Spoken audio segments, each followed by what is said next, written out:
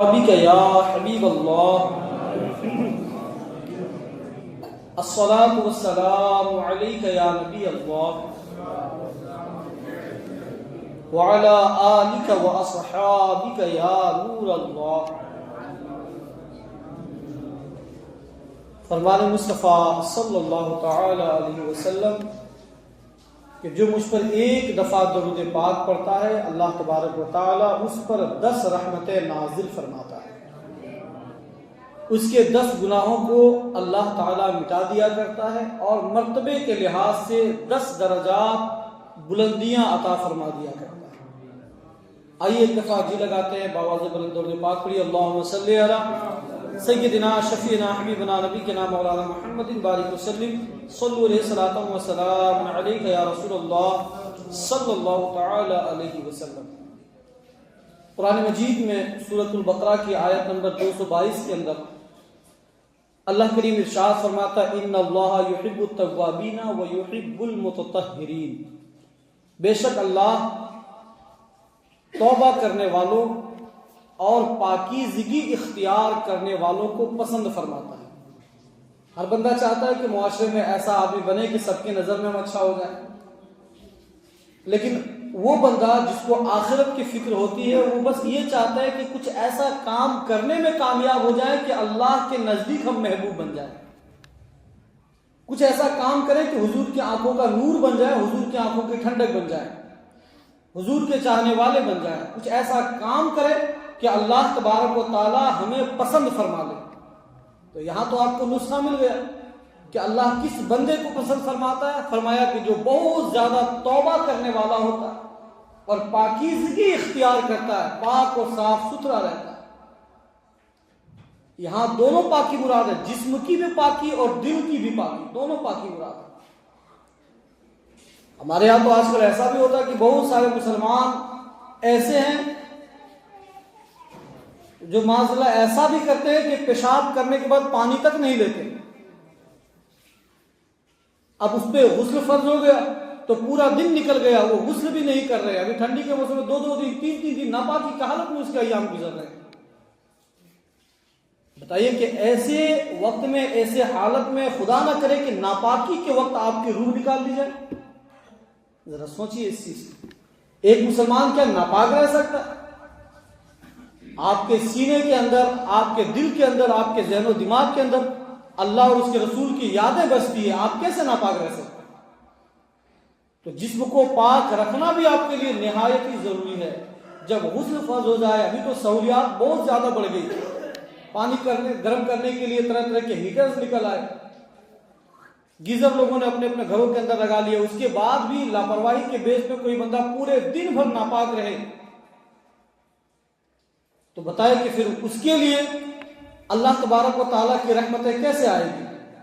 پاک صاف ستھرے لوگوں کو اللہ تبارک و تعالیٰ پسند فرماتا ہے، لہذا پاک رہیے۔ جب بھی غسل فرض ہو جائے سستی نہ کریں، سستی کو بالائے طاق رکھ کر کے پہلی فرصت میں آپ غسل کر رہے۔ ضروری تھوڑی کہ ٹھنڈے کے موسم میں ٹھنڈے پانی سے آپ غسل کریں گے تبھی آپ پاک ہوں گے، گرم پانی سے کریں، لیکن پاکی اختیار کریں، پاک رہنے کے عادی بن جائے۔ قرآن مجید میں اللہ نے فرما دیا ان اللہ یحب التوابین ویحب المتطہرین۔ اللہ تبارک و تعالیٰ ایک تو وہ بندہ جو کثرت کے ساتھ توبہ کرتا ہے، کثرت کے ساتھ صبح اٹھے تو توبہ کرے، دوپہر میں توبہ کرے، رات میں سونے سے پہلے توبہ کرے، حتیٰ کہ ہر نماز میں جب دعا کے لیے ہاتھ اٹھائے تو اللہ کے حضور دل کو جھکا دے، اے پروردگار عالم دن بھر ہم سے بڑی خطائیں سرزد ہو گئی، نگاہ جھکانا چاہتے تھے لیکن خطائیں ہو گئی، برے خیالات سے بچنے کا ارادہ تو تھا لیکن شیطان کا وار چل گیا، برے پھنس گئے ہم، اے پروردگار عالم ہماری توبہ کو قبول فرما، ہم توبہ کرتے ہیں، پلٹ کر لوٹ آئیں گے۔ تو آپ توبہ کرنے والے بنے، پھر انشاءاللہ الکریم آپ دیکھیں گے کہ اللہ تبارک و تعالیٰ آپ پر کیسے فضل و کرم کی بارشوں کا نزول فرماتا ہے۔ اب یہاں پہ جس طرح اپنی پاکی کا علماء کرام اس آیت کے تحت ایک بہت لمبا مضمون تحریر فرماتے ہیں، اور یہاں فرماتے ہیں کہ صرف وہ انسان جو زندہ ہے اس کے لیے پاکی کے مسائل نہیں ہیں۔ اب اگر کوئی بندہ انتقال کر جاتا ہے تو ہمارے اور آپ کے ذمہ پر کیا ہے کہ اب اس کو بھی غسل دیا جائے، اور پھر غسل دے کر کے اسے قبر میں اتارا جائے. تو دیکھیں گے کتنا خیال ہمارے پاکی کا رکھا گیا کہ زندہ میں تو پاک اور طہارت کا مسئلہ تھا ہی، لیکن فرمایا کہ نہیں، جب کوئی انسان انتقال کر جائے، کوئی مومن اس دنیا سے رخصت ہو جائے، تو اب اس کے پاکی اور طہارت کا خیال کرتے ہوئے حکم کیا دیا گیا کہ اسے غسل دو، جس کو ہم لوگ کہتے ہیں میت کے لیے غسل، میت کو جو غسل دیتے ہیں.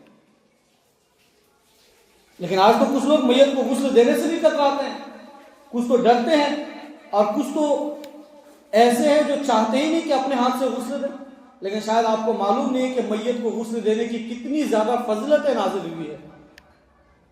ایک ایک قطرہ پانی جو میت کے اوپر بہایا جاتا ہے، ہر قطرے کے بدلے میں اللہ نہلانے والے کو ثواب دیا گیا. لیکن ہم کتراتے، ہم صرف اپنے والد، اپنے بھائی کے دولت کے مالک ہیں. ہم کبھی چاہتے نہیں کہ ان کے اوپر جو ہمارا حق ہے، پوری زندگی باپ نے ہماری رضا کے لیے، ہمارے آرام کے لیے پوری لائف ہمارے والد نے لگا دی، لیکن ان کے انتقال کے بعد ہم کو اتنی بھی توفیق نہیں ہوتی کہ اپنے ہاتھ سے آخری غسل اپنے والد کو دے دیں، اپنے بھائی کو دے دیں، اپنے چچا کو دے دیں، اپنے رشتہ دار، اپنے پڑوسی کو غسل دے دیں. غسل دینے والوں کے لیے بڑی مغفرت ہے اور غسل دینے والوں کے لیے بڑی فضیلت ہے. سنن ابن ماجہ کی حدیث نمبر 1464 ہے. اللہ کے رسول صلی اللہ تعالی علیہ وسلم فرماتے ہیں کہ جو شخص میت کو غسل دے اور اس کے عیب چھپائے، ہوتا ہے کہ جب غسل دے رہے ہو تو بعض اوقات گندگی نظر آ جاتی ہے یا پھر کچھ ایسی چیز نظر آ جاتی ہے جو عیب میں شامل ہو، تو حضور نے کیا فرمایا کہ جو شخص میت کو غسل دے، کوئی عیب دکھ جائے تو اس کو چھپا لے، پردہ پوشی کرے. حضور فرماتے ہیں کہ پھر اللہ تبارک و تعالی نہلانے والوں کے تمام گناہوں کو معاف فرما دے گا.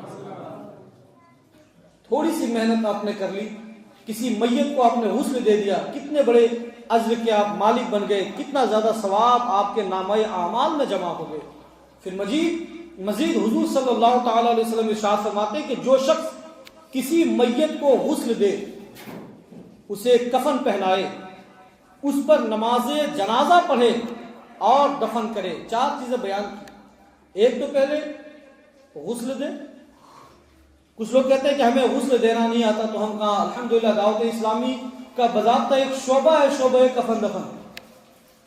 بہت سارے ذمہ داران ہمارے یہاں اس وقت آسنسول کے اندر موجود ہیں، آپ کے مدرسے کے اندر موجود ہیں. بہت سارے ایسے لوگ ہیں جو علاقے میں جب کسی کا انتقال ہو جاتا ہے تو فی سبیل اللہ، اللہ کی رضا کے لیے، ثواب کمانے کی نیت سے یہ گھر گھر جا کر کے میت کو غسل دیتے ہیں، اس نیت کے ساتھ کہ ایک پانی کا ایک قطرہ اگر اللہ نے قبول فرما لیا تو ہمارا بیڑا پار ہو جائے گا. تو خلوص نیت کے ساتھ آپ ان کے ساتھ لگ جائیں کہ ہمیں بتائیں کہ غسل دیتے کیسے ہیں. ایک دفعہ دیکھیں گے، 2 دفعہ دیکھیں گے، انشاءاللہ الکریم ہم آسانی سے سیکھیں. کیونکہ آج تو غسل دینے والوں کا حال اتنا برا ہے کہ میت کے ساتھ گویا کہ وہ ظلم کر رہے ہوتے ہیں. جس طرح زندہ لوگوں کو تکلیف ہوتی ہے، اسی تکلیف کا احساس مردے کو بھی ہوا کرتا ہے. ابھی تو معاملات تھوڑے کم ہو گئے، ورنہ پہلے لوگ بس ایسے ہی مسواک لے کر کے دانتوں میں گھس دیا کرتے تھے. ذرا سوچئے کہ اس کے نکیلے جو سوسے ہوتے وہ اگر مسوڑے میں لگ جائے تو خون کے قطرے نکل پڑتے تھے. تو آپ بھی دنیا کے اندر ویسے مسواک نہیں کرتے، پہلے اس کو اچھا سے پورا نرم کر لیتے ہیں پھر آپ مسواک کرتے. کیوں بھائی؟ کیونکہ مسوڑوں میں تکلیف ہوتی ہے. تو کیا مردے کو تکلیف نہیں ہوتی؟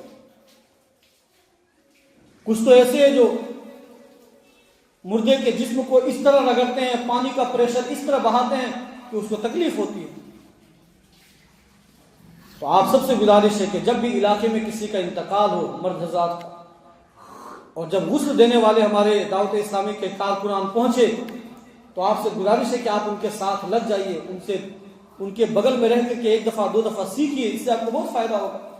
کچھ لوگ ڈر سے ہاتھ نہیں لگاتے. بھائی پوری زندگی آپ ان کے ساتھ گزارے، اب جب یہ دنیا سے رخصت ہو گئے تو آپ ان سے ڈر رہے ہیں. ان کے پیسے پر آپ نے بڑی عیاشی کی، ان کے ساتھ بہت گھومے، ان کے ساتھ بہت وقت گزارا، آج یہ انتقال کر گئے تو آپ ان کے قریب نہیں جاتے. کیسی محبت ہے آپ کو؟ بس صرف محبت دنیا کے لیے تھی، ان کے پیسے سے تھی، ان کے جان سے محبت تھی.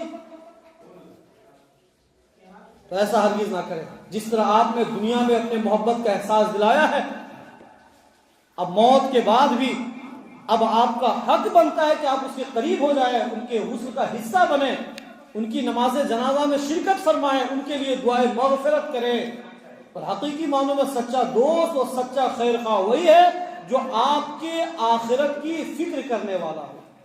دنیا کی فکر کرنے والے تو بہت ہوتے ہیں، خوشی کے موقع پہ تو سب آ جاتے ہیں، لیکن غم کے موقع پہ جو آئے وہی تو اپنا ہوتا ہے. لہذا تو حضور نے کیا فرمایا کہ جو شخص کسی میت کو غسل دے، اسے کفن پہنائے، اس کی نماز جنازہ ادا کرے اور دفن کرے، اللہ تبارک و تعالیٰ اسے 2 قیرات اجر عطا فرمائے گا. صحابہ نے پوچھا یا رسول اللہ یہ قیرات کیا ہے اور اس کی حد کیا ہے، اس کی کوانٹٹی کیا ہے؟ تو فرمایا سنو، 1 قیرات احد پہاڑ کے جتنا برابر ہے، تو 2 احد پہاڑ کے جتنا اللہ تبارک و تعالیٰ اس بندے کو ثواب عطا فرمائے گا. ایک معمول چھوٹا سا کام تھا، بہت زیادہ اسٹرگل نہیں تھی، بہت ہی زیادہ محنت نہیں تھا. ہم ایسے بھی اس کام کو کر رہے ہوتے ہیں، نماز جنازہ میں تو شرکت کرتے ہیں، مٹی بھی دے رہے ہوتے ہیں، کندھا بھی دے رہے ہوتے ہیں، بس کرنا کیا تھا کہ میت کو غسل دیتے، کفن پہناتے. تو آپ کے لیے بشارت آپ کے لیے بھی ہو جاتی. پھر نبی کریم صلی اللہ علیہ وسلم نے مزید آگے ارشاد فرمایا جب تم اپنے مردے کو غسل دو تو اس کے ساتھ نرمی کرو. نرمی کرو، سختی کا حکم نہیں دیا کہ بہت زیادہ سختی کرو. کچھ لوگ منہ میں پانی ڈال دیتے ہیں. اب بتائیں کہ ایک انسان زندہ ہوتا ہے تو اس کے اندر طاقت ہوتی ہے کہ وہ کلی کر لے، غرارہ کر لے، لیکن مردے کے اندر تو وہ طاقت نہیں ہے کہ وہ کلی کرے. اب بتائیں کہ آپ نے منہ کے اندر پانی ڈال دیا، وہ باہر کیسے نکلے گا؟ کچھ لوگ پانی اس قدر ڈالتے ہیں، اتنے تیز ڈالتے ہیں، یا پھر غسل کے دوران کچھ اتنے ٹھنڈا پانی ڈال دیتے ہیں یا اتنا گرم پانی ڈال دیتے ہیں. ذرا سوچئے کہ آپ کے ساتھ جو مسائل ہیں ٹھنڈی کے موسم میں، بالخصوص ٹھنڈے پانی سے نہانے کے بعد آپ کی جو کیفیت ہوتی ہے، یا بہت ہی زیادہ گرم پانی ڈالنے سے آپ کے ساتھ جو کیفیت ہوتی ہے، وہی تو آپ کا ہی تو جسم ہے. جسم تو کسی اور کا نہیں ہوا نا. مرنے کے بعد یہی جسم ہے جس کو ٹھنڈی کا احساس بھی ہوتا تھا، گرمی کا بھی احساس ہوتا تھا، جس کو تکلیف ہوتی تھی کچھ چیزوں سے. اب وہی چیزیں اس کے ساتھ انتقال کے بعد کی جائے گی تو اب تو تکلیف ہوگی اسے. تو فرمایا حضور نے کیا کہ نرمی کے ساتھ غسل دو اسے، نرمی کے ساتھ اس کے ساتھ سختی نہ کرو. پھر آگے سنیے، حضور علیہ السلام فرماتے ہیں کہ اللہ کی رضا کے حصول کے لیے جس کی نیت صرف یہ تھی کہ میں میت کو غسل دوں گا اللہ تبارک و تعالیٰ کو راضی کرنے کی نیت سے، یہ نہیں کہ میں غسل دوں گا تو لوگ کہیں گے دیکھو کتنا نالجبل آدمی، کتنی جانکاری اس کو. نہیں، اللہ کی رضا کے لیے جس نے میت کو غسل دیا. فرماتے ہیں کہ میت کو غسل دینے والے کو اللہ کی قربت اور اللہ کا رضا نصیب ہو جایا کرتا ہے. اللہ کی رضا جس کو مل جائے اسے اور کیا چاہیے. اور فرشتوں کی دعائیں بھی سنیے، میت کو غسل دینے والوں کے لیے فرشتے دعائیں کرتے ہیں، اور میت کو غسل دینے سے غسل دینے والے کے گناہ معاف ہو جاتے ہیں. اتنی زیادہ فضلتیں. غسل میت ایک ایسا عمل ہے جس کا ہم اور آپ حصہ بن کر کے اپنے نامہ اعمال میں نیکیاں اکٹھا کرنے میں کامیاب ہو سکتے ہیں.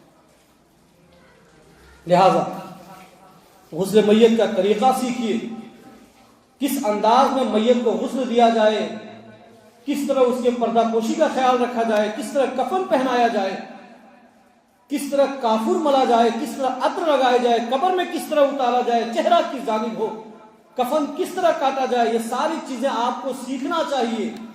ذرا سوچئے کہ آپ غسل دے رہے ہو اور آپ کے سامنے آپ کے والد کی باڈی پڑی ہو، تو وہ نرمی، وہ شفقت اور وہ عاجزانہ انداز اور وہ دل کی گہرائیوں سے دعا. ایک عام آدمی اتنی دل کی گہرائیوں سے دعائیں نہیں کر سکتا جتنا ایک باپ کے لیے ایک بیٹا کر سکتا ہے. ایک عام آدمی آپ کے والد کی تکلیف، آپ کے بیٹے کی تکلیف کو اتنا نہیں سمجھ سکتا جتنا آپ سمجھ سکتے ہیں. آپ تو نرمی کے ساتھ ہی غسل دیں گے.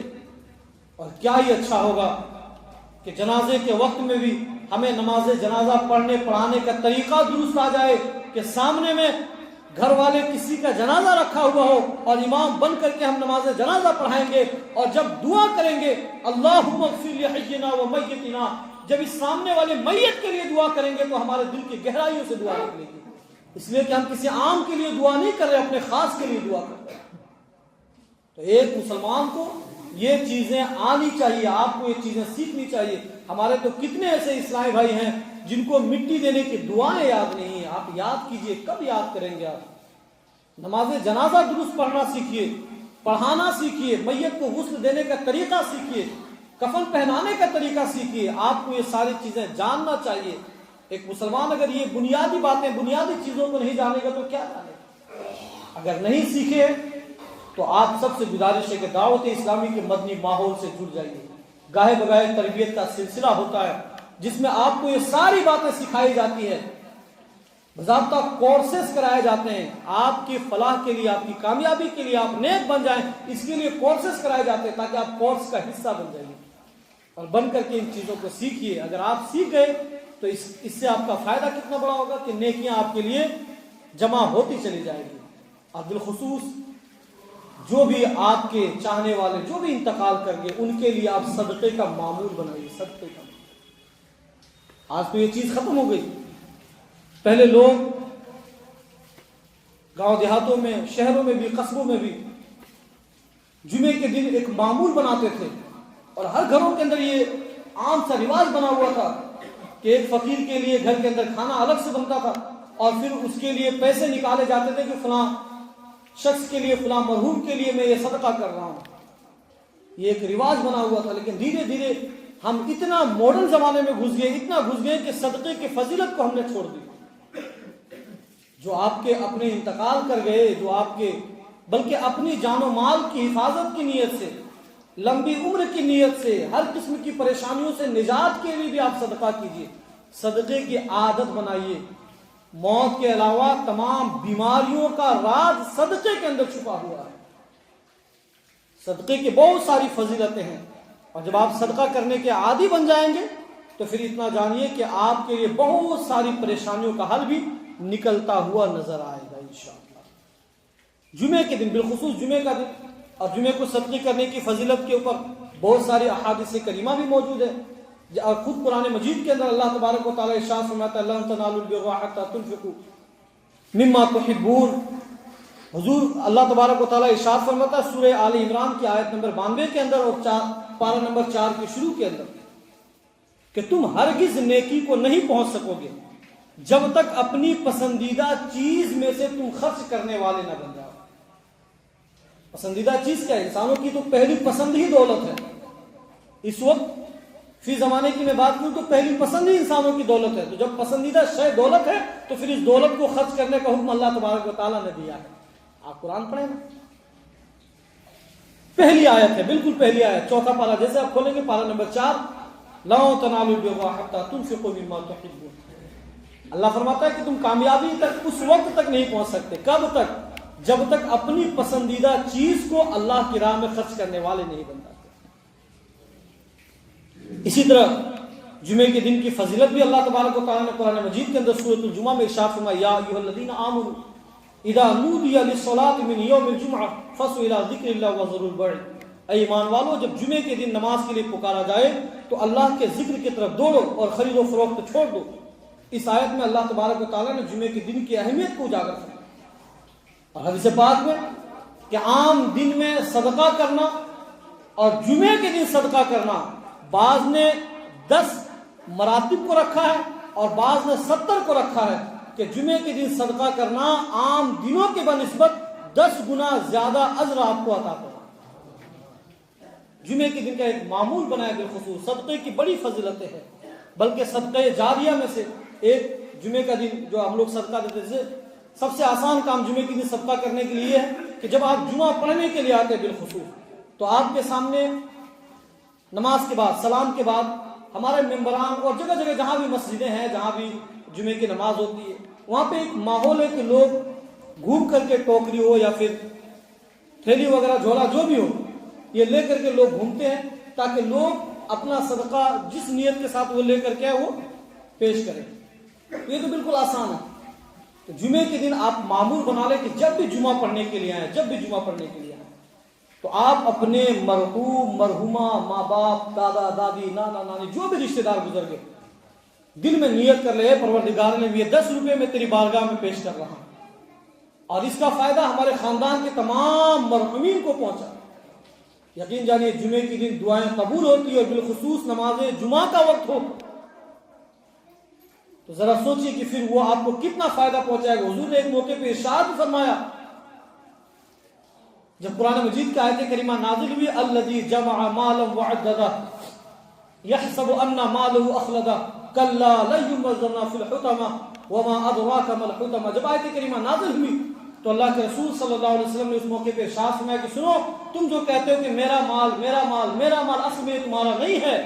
تمہارا مال کون سا ہے؟ جو تم نے کھا لیا، جو پہن لیا، اور جو آگے پہنچا دیا۔ آگے پہنچانے سے مراد یہی وہ پیسے ہیں جو صدقے کی شکل میں راہ خدا میں ہم خرچ کرتے ہیں، اور آخرت میں پھر آپ کو اتنا ملے گا کہ آپ راضی ہو جائیں گے، گویا کہ اللہ کی رضا آپ کو حاصل ہو جائے۔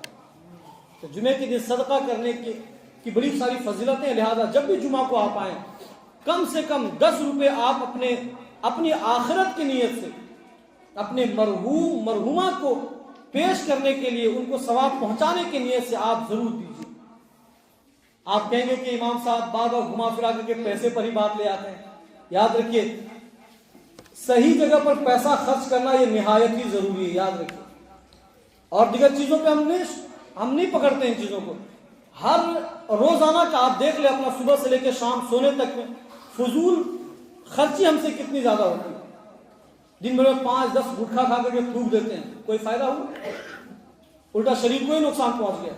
روزانہ 50-100 روپے ہم ایسے ضائع کر دیتے ہیں جس کا نہ دنیا میں فائدہ نہ آخرت میں فائدہ، بلکہ کھا کے تھوک بھی دیتے ہیں، بیکار چیزوں میں لگا دیتے ہیں، کوئی فائدہ نہیں ہوتا، حتیٰ کہ وہ الٹا اس کا ریئیکشن ہوتا ہے، نقصان ہو جاتا ہے ہماری باڈی کو، کوئی فائدہ نہیں ہوا۔ لیکن آپ نے ہفتے میں صرف 10-20 روپیہ اگر آپ نے صدقہ کر دیا تو یاد رکھیے کہ آپ کا اگرچہ 10 روپیہ لگتا ہے کہ چلا گیا، لیکن آخرت کے لیے ایک سرمایہ دھیرے دھیرے آپ کا جمع ہو رہا ہے، ایک سرمایہ آپ کا آخرت کے لیے جمع ہو رہا ہے، اور ایسی بارگاہ میں جمع ہو رہا ہے جہاں فراڈ ہونے کا کوئی چانس ہی نہیں ہے، اور ملے گا بھی کتنا اور کب ملے گا؟ جب آپ کو سب سے زیادہ اس کی حاجت ہوگی۔ تو لہٰذا جمعے کے دن کا معمول بنائیے، یہ جب ٹوکری لے کر کے گھومتے ہیں نا تو منہ نہ چھپائیں، آپ اس کے اندر دیں۔ پتہ نہیں ٹوکری لے کر کے جب لوگ گھومتے ہیں جمعہ کے دن تو سارا وظیفہ اسی وقت یاد آتا ہے، ایسا ہرگز نہ کریں پیارے۔ مال صحیح جگہ پر لگائیں، صحیح جگہ پر خرچ کریں۔ چیٹ فنڈ کمپنی میں پیسہ انویسٹ نہیں کرتے، لے کے بھاگ گیا تو پھر کیا ہوگا؟ کس کو پکڑو بھائی تو LIC کو پکڑو، کس کو پکڑو تو اچھا والا میوچل فنڈ کو پکڑو جس کی اسکیم اچھی ہو، جس پہ ٹرسٹ کیا جا سکے۔ یہاں تو ہم سیدھے ڈائریکٹ اللہ کی بارگاہ میں انویسٹ کر رہے ہیں، اور جب اللہ کی بارگاہ میں انویسٹ کریں تو پھر اتنا ملے گا کہ اللہ تبارک و تعالیٰ کے اس بینیفٹ سے بندہ راضی ہو جائے گا، خوش ہو جائے گا۔ ہمیں اور کیا چاہیے؟ بظاہر ہفتے میں 10-20 روپیہ گیا، لیکن آخرت میں بہت بڑا سرمایہ جمع ہو گیا۔ تو دو باتیں، ایک تو جنازے کا طریقہ سیکھیے۔ اگر آپ کو لگتا ہے کہ میں پبلک میں سیکھوں گا تو مجھے شرم آئے گی، تو آپ انفرادی طور پر اکیلے آ کر کے مجھ سے ملیے۔ مولوی صاحب، ہمارے ماسٹر صاحب، بہت سارے لوگ ایسے ہیں جو آپ کو آسانی کے ساتھ سکھا دیں گے، ان سے مل کر کے سیکھیے آپ اکیلے میں۔ غسل میت کے لیے جب علاقے میں کسی کا انتقال ہو جائے، ہمارے کارکنان دعوت اسلامی کے مبلغین جب غسل دینے کے لیے جائے تو آپ ان کے ساتھ لگ جائے کہ مجھے بھی غسل کا طریقہ سیکھنا ہے، سیکھیے۔ اور تیسری بات، صدقے کی فضیلت کو سمجھ کر کے ہر ہفتہ اپنے ماں باپ، اپنے خاندان والے، اپنے رشتہ دار والے، اور بالخصوص اپنی آخرت کے لیے 10-20 روپے آپ راہ خدا میں صدقہ